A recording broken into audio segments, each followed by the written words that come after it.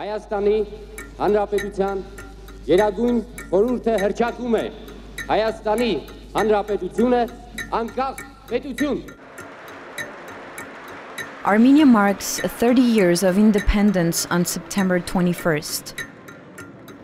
CivilNet marks 10.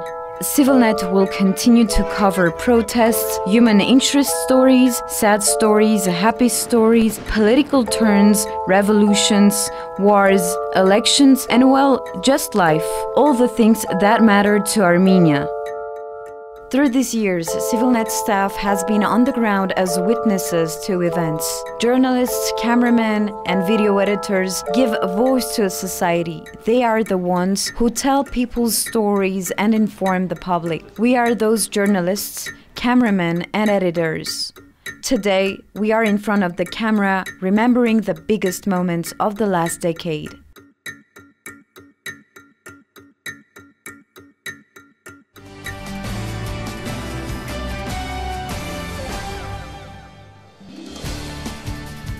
When CivilNet broadcasted for the first time, there was no live reporting on election day.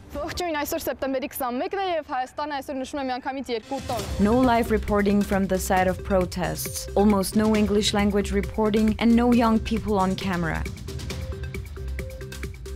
Maria was one of the journalists to join CivilNet at its inception.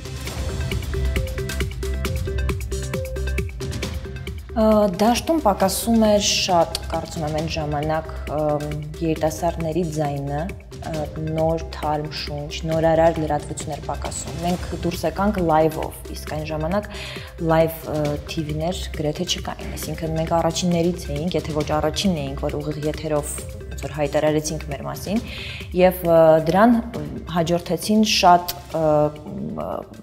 քաղաքացիական պայքարներ, ցույցեր, ընտրություններ, ամեն ինչ, ինչը լուսաբանելը շատ կարևոր էր։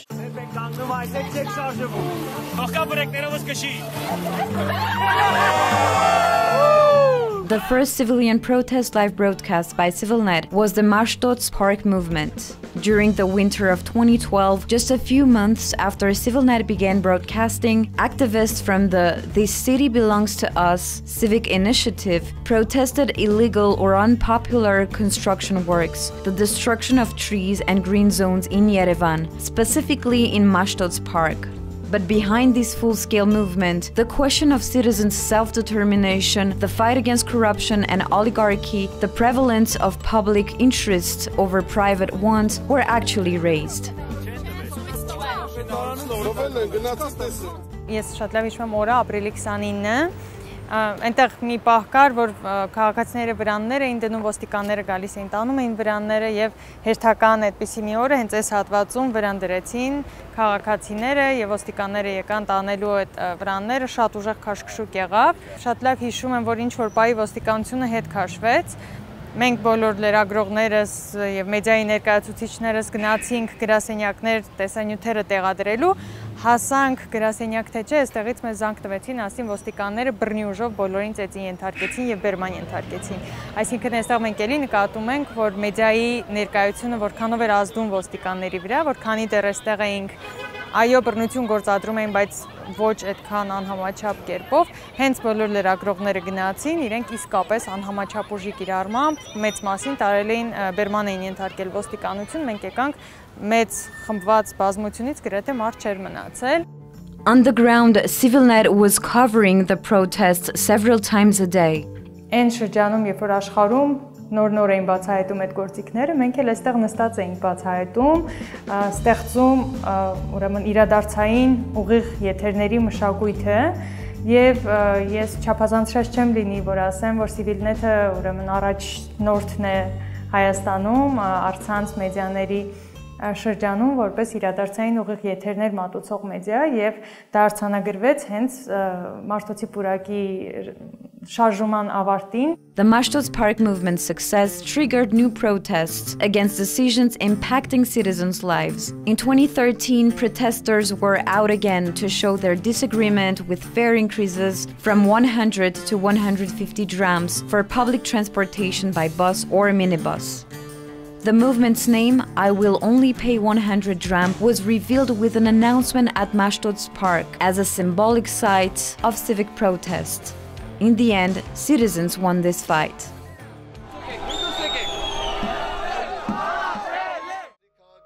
In 2015, the world marked the 100th anniversary of the Armenian genocide committed by the Ottoman Empire. To mark this event and the resurrection of Armenians and Armenia, the famous Armenian-American band System of a Down held a unique concert in Yerevan's Republic Square.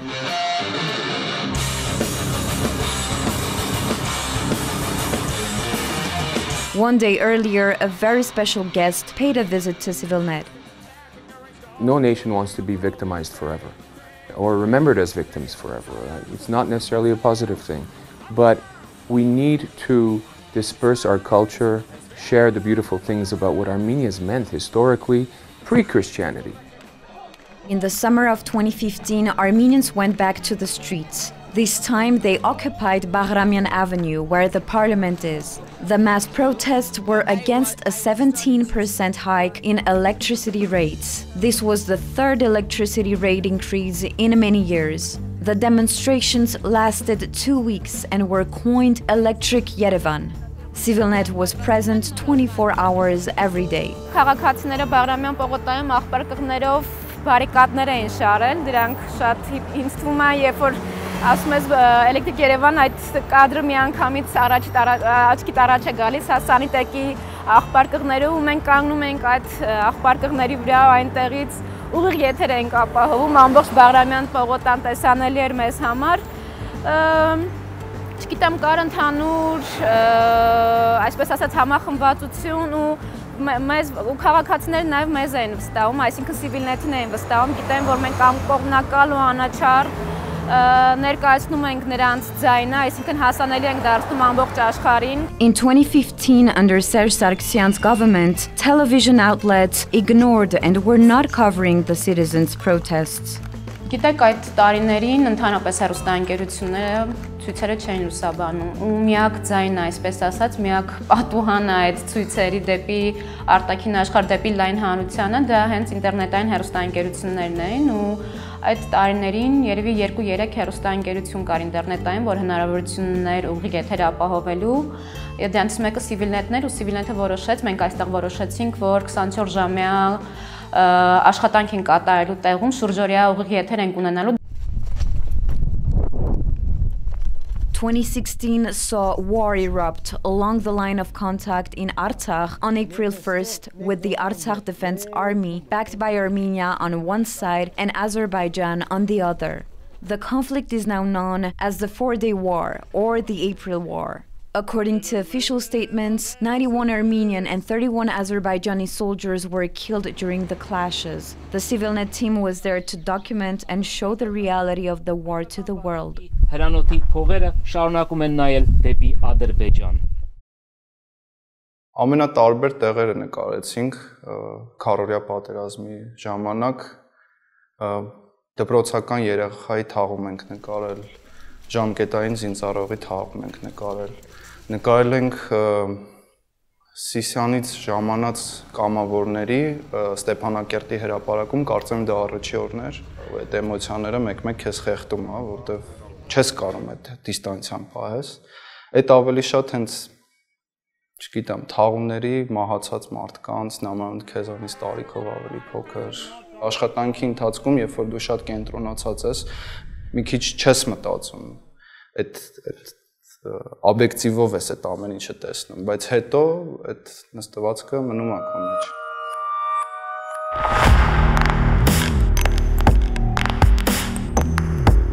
Following the war, things did not calm down in Armenia.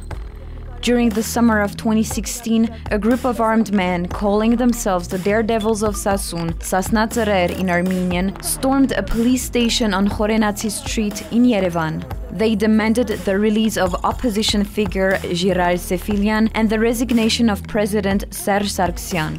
The group began a standoff with government forces, with growing crowds of protesters joining the calls for the resignation of the president.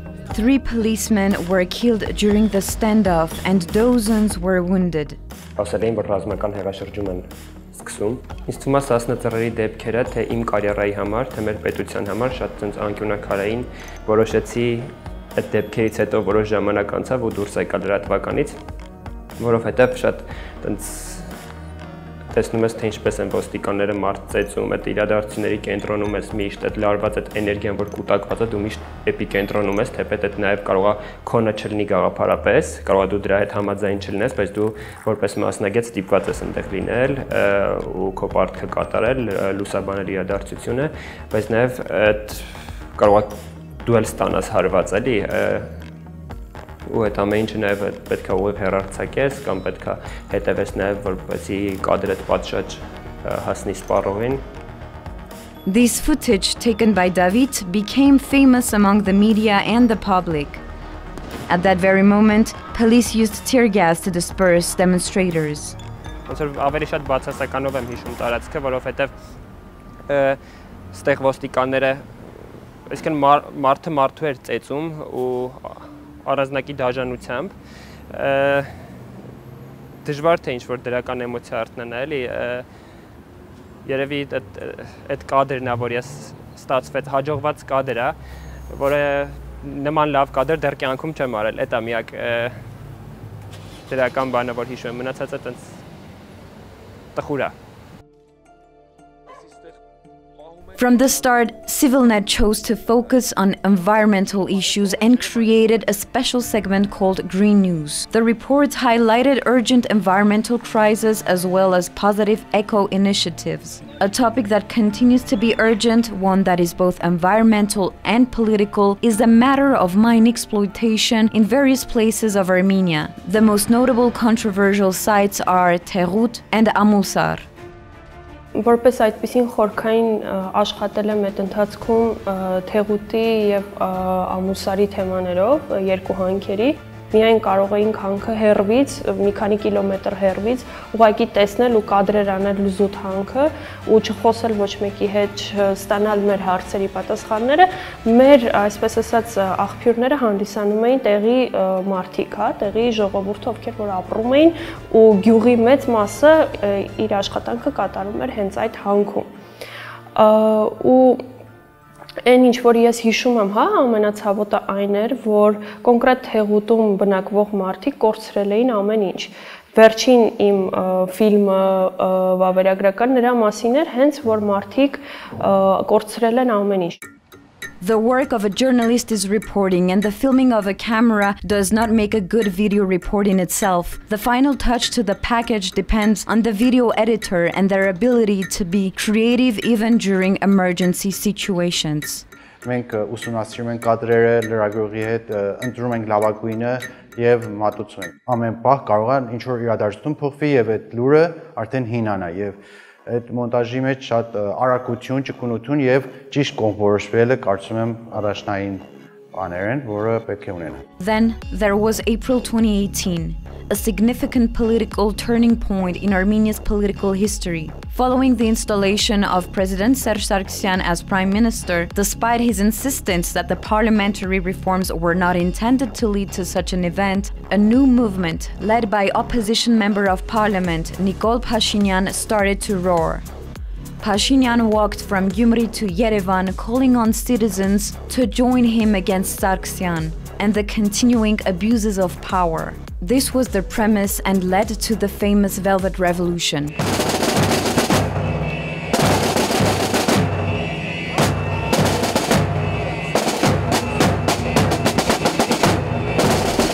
CivilNet staff worked 24 hours days with live broadcasts of what was happening in the streets. The mass protests led to the resignation of Serge Sargsyan and to a regime change. Armenia entered a period now referred to as the post-Velvet Revolution stage, with Nikol Pashinyan elected Prime Minister after snap parliamentary elections.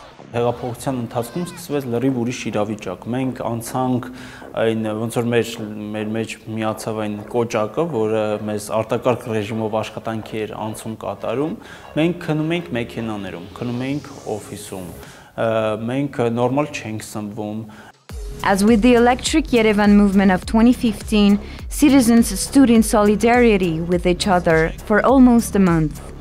Եվ այդ օր այդ ամենի համախումբն էր։ Այդ օրերին մենք եւ թերևս դա էր, որ ինձ ավելի հավելյալ ուժ էր տալիս, որ ես առանց տրտնջալու, բողոքելու աշխատեմ անկախ ժամային պայմաններից ու անկախ այն հանգամանքից, որ իմ կինը հղի էր եւ պետք էր լինել իր կողքը, քան փողոցում։ Then another sort of twist took place, striking the whole world, Armenia included. The COVID-19 pandemic, the number of infected people and death rate was increasing as the country entered the lockdown for 2 months.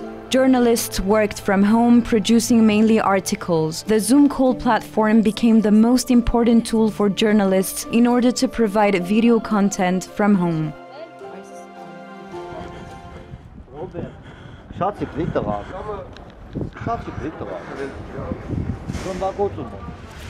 Then on September 27th, Azerbaijan attacked Stepanakert, the capital of the Republic of Artsakh.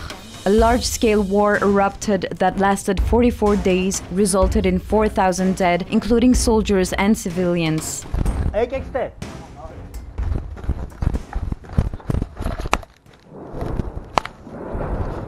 Էմոցիոնալ առումով իմ համար շատ դժվար է եղել պատերազմը լուսաբանելը։ Եղել է հակառակը, որ չես կարացել անես գործը։ Օրինակ մի դեպք կհիշեմ, երբ որ ես ու իմ մի քանի ընկերներ Ստեփանակերտի եղբայրական գերեզմանատանն էինք ու հուղարկավորությունները լինում էր շատ քիչ մարդկանցով, որ հանկարծ կրակի տակ չմնան։ Ու ես հիշում եմ, որ լուսանկարչական ապարատով էի ու մի մեքենա կանգնեցավ, Opel էր, մագնիշը կդժվարանամ ասեմ, ու մեջից դուրս եկան 3 մարդ։ Այդ ժամանակ ես բան արեցի, ուղղակի ոնց որ մի հատ լուսանկարեցի այդ բանը, կադրը, հետո տեսա, որ այդ մարդիկ դժվարանում են, էլի, դագաղը բերեն 3 հոգով։ Ես ուղղակի լուսանկարչական ապարատը գցեցի թիկունքիս ու գնացի այդ մարդկանց օգնեցի։ Դժվար է, որ հայես ու քո երկրի պատերազմն ես լուսաբանում։ Ու չգիտեմ, այդ սահմանը չգիտեմ, հիմա իմ արածը պրոֆեսիոնալ է, ես պիտի իմ գործը անեի, թե պիտի օգնեի այդ մարդկանց, բայց այդ պահին ես ճիշտը տենց եմ գտել ու ես գնացի մի կողմից, ես բռնեցի, բերեցի ու մի խոսքով հուղարկավորեցինք այդ տղային, շատ երիտասարդ տղային։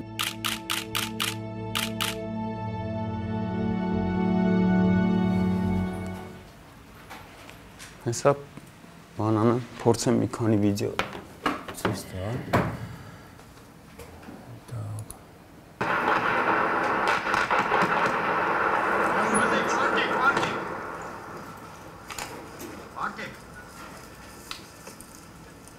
Արտիլերիան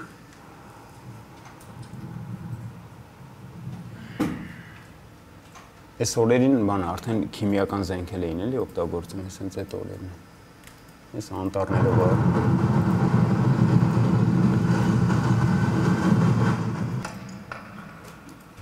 Այս կադրերը որ նայից նայում ես ոնց ես քեզ զգում։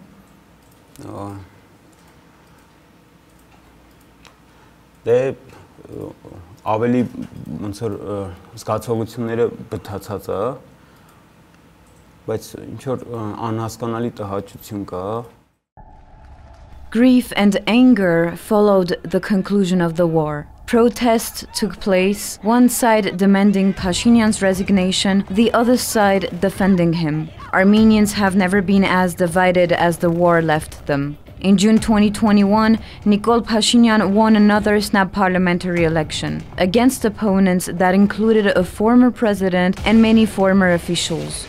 Pashinyan's victory did not do much to resolve the deep divisions.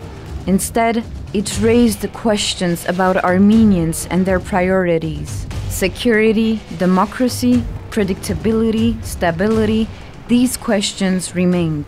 Այսօր մենք ապրում ենք մի իրականությունում, երբ կա կյանք պատերազմից առաջ եւ պատերազմից հետո։ Ինչ ցույց տվեց պատերազմը? Պատերազմը ինձ թվում է լակմուսի թղթի նման բացահայտեց, վերհանեց այն բոլոր թերությունները, որ պետությունը ուներ, բոլոր ոլորտներում։ Եվ այսօր հատկապես 2020-ի աղետալի պատերազմից հետո մենք որպես մեդիա եւ մենք որպես CivilNet ոչ միայն չպիտի մեր թևաթափ լինենք կամ մտածենք, որ ինչ-որ բան արված է արդեն, այլ երակի, քարակի, տասնապատիկ անգամ ավելի ջանք պիտի գործադրենք կայացնելու այն պետությունը, որը պիտի կայացնենք։ Մագերեսային լալու բանն է, որ սպառնալիքն է, որ պիտի մակրավենք, շատ արագ, շատ կարճ լրատվություն մի դնես, որ շատ բան չսեր եւ այդպիսով կարծես գիսատ կմնա տեղեկությունները եւ հանրությունը կզրկվի իսկական լուրը իր ամբողջ տարողությամբ ստանալու գայելիութենեն։ Ամեն անգամ որ մեր երկիրը, մեր ժողովուրդը դիմակրաված է ծանր պահ, CivilNet-ը կերազանցած է ինքսին։ Այսօր մենք հասկանում ենք, որ ունենք խնդիրներ յուրաքանչյուր ոլորտում, առողջապահություն, կրթություն, անվտանգություն։ CivilNet-ը ըստ իս հենց այն հայելինը, որը ցույց է տալիս այսպես պարզ ցույց է տալիս այն թերությունները, որոնք կան։ Ստիպում է նաև իշխանությանը գնալ այն բոլոր ռեֆորմների, բարեփոխումների ճանապարհով, որոնք տարիներ շարունակ խոստացվել են, որոնք դրվել են կառավարության ծրագրի հիմքում, որոնց մասին խոսվել է 2018-ին, բայց այսօր դրանք չեն կատարվում։ Այսօր ավելի քան երբևէ CivilNet-ը պետք է լինի հենց ճակատում, հենց առաջնագծում պարտադրելու եւ ստիպելու կառավարությանը բերելու այն փոփոխությունները, որոնց համար մենք պայքարել ենք տարիներով։ The challenges to come are immense, and the future seems to be very uncertain. No matter what happens, however, there is one thing for sure. Media, in particular CivilNet, will continue to report from the front line of events and endeavor to inform the public.